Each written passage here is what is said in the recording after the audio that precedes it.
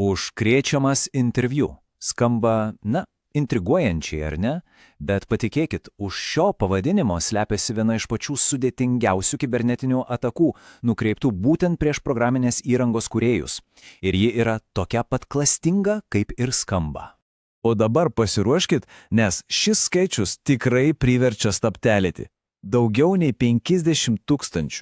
Ir čia, patikėkit, kalba eina ne apie kažkokius paspaudimus socialiniuose tinkluose. Tai kur kas rimčiau. Taip, būtent tiek kartų. Tiek kartų programuotojai, nieko blogo neįtardami, atsisiuntė kenkėjišką kodą, paslėptą po visiškai nekaltai atrodančių darbo pasiūlymų. Čia matom tobulą socialinės inžinerijos ir technologijų mišinį, o jo pasekmės, jos gali būti tiesiog katastrofiškos.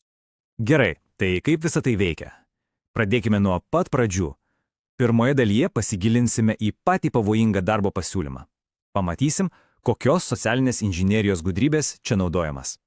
Įsivaizduokim, ataka prasideda ten, kur atrodo turėtume jaustis saugiausi profesionaliuose tinkluose, kaip antais LinkedIn. Programišiai tiesiog apsimeta įdarbintojais ir smogia ten, kur žmonės yra galbūt labiausiai pažeidžiami, kai ieško naujų karjeros galimybių. Ir koksgi jų planas? Jis gana paprastas, susideda iš 4 žingsnių. Pirmiausia, aišku, reikia nusižiūrėti taikinį. Tada užmegzti kontaktą, sudominti tikrai viliojančių pasiūlymų. Trečias žingsnis – pateikti tą suklastotą darbo pasiūlymą. Ir galiausiai 4, pats svarbiausias žingsnis – išsiųsti kodavimo užduotį. Būtent čia ir slypi visi spąstai. Bet kasgi tie taikiniai? Tikrai ne bet kas. Programišiai taikosi į pačius geriausius – Web3, kriptovaliutų, blockchain kūrėjus. Ir kodėl būtent jie? Atsakymas paprastas. Jų kompiuteriuose slypi tikras aukso puodas, prieiga prie sistemų kainuojančių milijonus ir, žinoma, privatus raktai. Gerai, judam toliau. Antra dalis – paslėpti spąstai. Dabar nuo socialinės inžinerijos nersime giliau į techninę pusę, kur ir slepiasi tikrasis ginklas. Pabandykime įsivaizduoti situaciją. Esi programuotojas, gavai bandomąją užduotį, skubi ją atlikti, ką darai? Ogi paleidi visiškai standartinę kasdieninę komandą npm install. Ir viskas. Vienu paspaudimu, net neįtardamas, ką tik paleidai visą atakos mechanizmą. Ir štai kaip ta apgaula veikia. Programiščiai naudoja techniką vadinamą tipo squatting.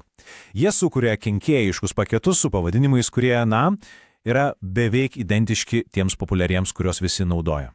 Pažiūrėkit, viena maža raidelės klaida. Espresso vietoje express ir viskas. Spąstai suveikia. Gerai, trečia dalis – atakos anatomija. Dabar jau pasigilinsim dar labiau ir išnarpliosim, kaip veikia pati kenkėjiška programa iš vidaus. Ir čia prasideda pats įdomumas. Pasirodo, tas kenkėjiškas kodas nėra akivaizdus. Tai nėra kažkokia klaida, kurią galima tiesiog pamatyti, peržiūrint kodą. Ne, jis paslėptas, tiesiog po nosimi, matimiausioje vietoje. Štai ką sako saugumo analitikai. Ir tai puikiai atskleidžia visą gudrybę. Užšifruotas kenkėjiškas kodas talpinamas ten, kur niekas net nepagalvotų ieškoti. Pavyzdžiui, paprastame tekstinėme licenzijos faile. Tai tiesiog geniali slėpimo taktika. Ir būtent dėl to ši ataka yra tokia velniškai pavojinga. Pagalvokit, tradicinės antivirusinės programos skenuoja failus esančius diske. Tačiau ši kenkėjiška programa veikia tiesiogiai kompiuterio atmintyje, rame. Ji nepalieka jokių pėdsakų diske. Ji tiesiog tampa, nematoma. Ir tai dar ne viskas. Tas kenkėjiškas kodas, žinomas kaip Beaver Tail, yra užšifruotas itin stipriu AES 256 CBC algoritmu. Ką tai reiškia? Įsivaizduokim tai kaip super sudėtingą seifą. Be specialaus rakto, tas kodas yra tiesiog beprasmė simbolių maišalainė. Gerai, mes jau žinom, kaip visa tai veikia. Dabar pats laikas paklausti, kodėl. Koks yra galutinis programišių tikslas? Štai visas jų trokštamas grobis, vertingi prisijungimo duomenys, privatūs kriptovaliutų raktai, komercinės paslaptys, kurias galima paversti pinigais. Bet ir tai dar ne viskas. Jie įdiegia ir vadinamąją Invisible Ferret. Tai kaip slaptos durys į sistemą, kurias jie gali panaudoti bet kada tik panorėję. Ir kad jų niekas nesusektų, programišiai savo ryšį su užkrėstu kompiuteriu slepia naudodami visiškai legalias populiarias platformas, pavyzdžiui, Vercel. Tokiu būdu jų veikla tiesiog susilieja su normaliu interneto srautu ir ją atsekti tampa beveik neįmanoma. Ir galiausiai 5 dalis – nauja pasitikėjimo era. Dabar pažvelkime į visą šitą situaciją iš paukščio skrydžio. Ką tokia ataka reiškia visai atvirojo kodo bendruomeniai?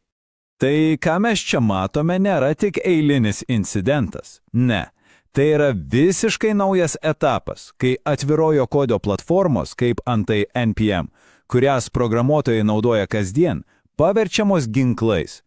Tai yra rimtas įspėjimas, kad programinės įrangos tiekimo grandinės atakos tampa vis sudėtingesnės ir dėja vis pavojingesnės. Ir pabaigai norisi palikti vieną klausimą apmąstymui. Kai patys įrankiai, kuriais mes kuriame ir kuriais besąlygiškai pasitikime, gali būti atsukti prieš mus pačius, ką tada iš tikrųjų reiškia pasitikėti kodu? Čia, manau, yra iššūkis, su kuriuo dabar susiduria visa technologijų bendruomenė.